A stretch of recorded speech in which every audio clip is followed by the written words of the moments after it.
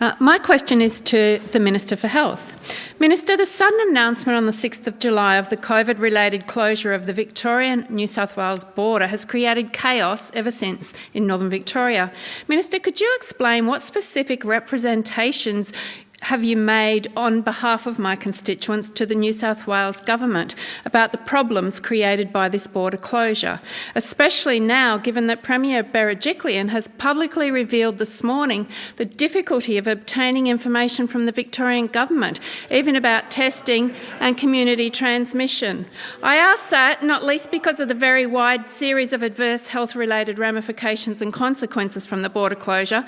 Among these, obviously, are the widespread mental health impacts, including on those whose daily lives have been completely upended and those whose businesses have been devastated as a result of that decision.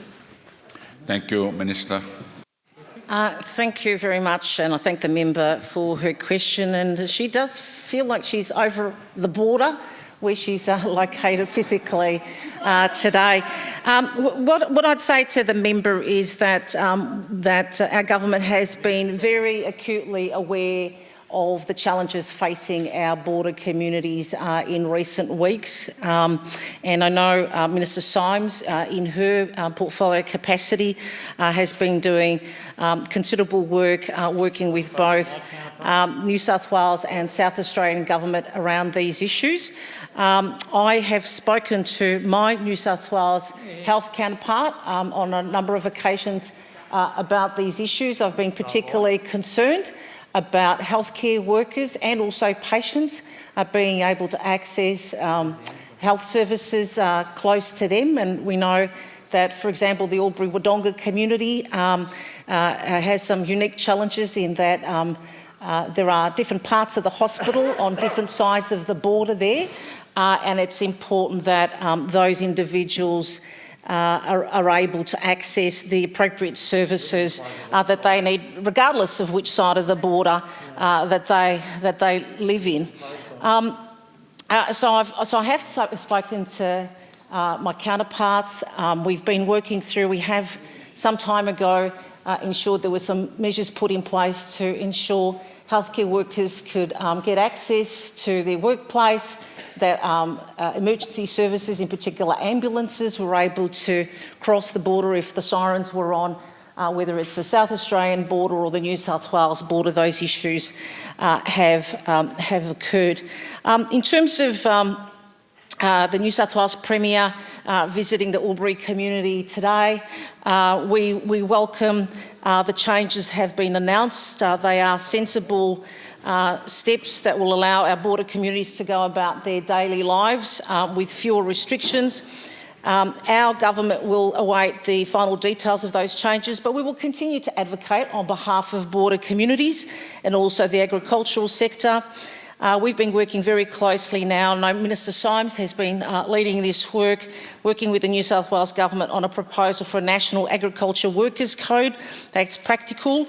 And I know Minister Symes is very passionate to make sure that supply chains and the agricultural sector is able to continue to function without unnecessary impediment. And I know that Luke Wilson, also as Border Commissioner, has been participating in that work as well. So I can assure the member, I can assure border communities that we are working very actively on behalf of their interests, and we will continue to do so with our neighbouring states.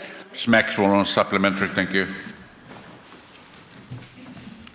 Thank you, President, and thank you, Minister. And you're absolutely correct that the challenges on both sides of the border have been significant.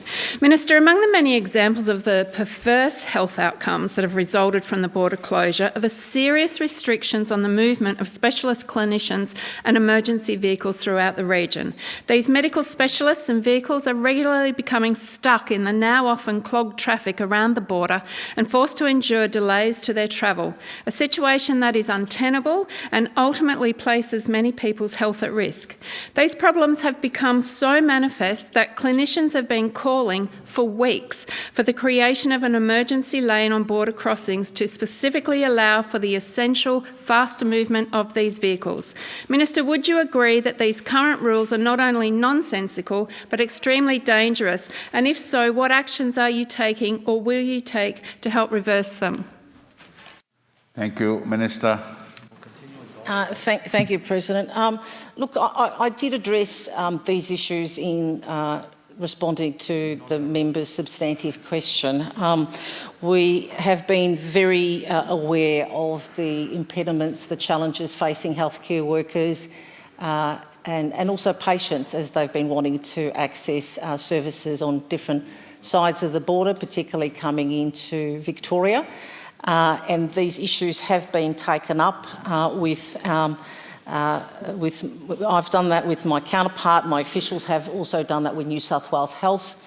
We continue to have dialogue with health services like Albury-Wodonga Health Service on a regular basis. My officials are in regular contact with them to see how things are progressing, and we will continue. We will continue to undertake that advocacy to make sure that the expansion of the border zones and those targeted exemptions for critical healthcare workers continue. So we'll keep advocating on behalf of border communities.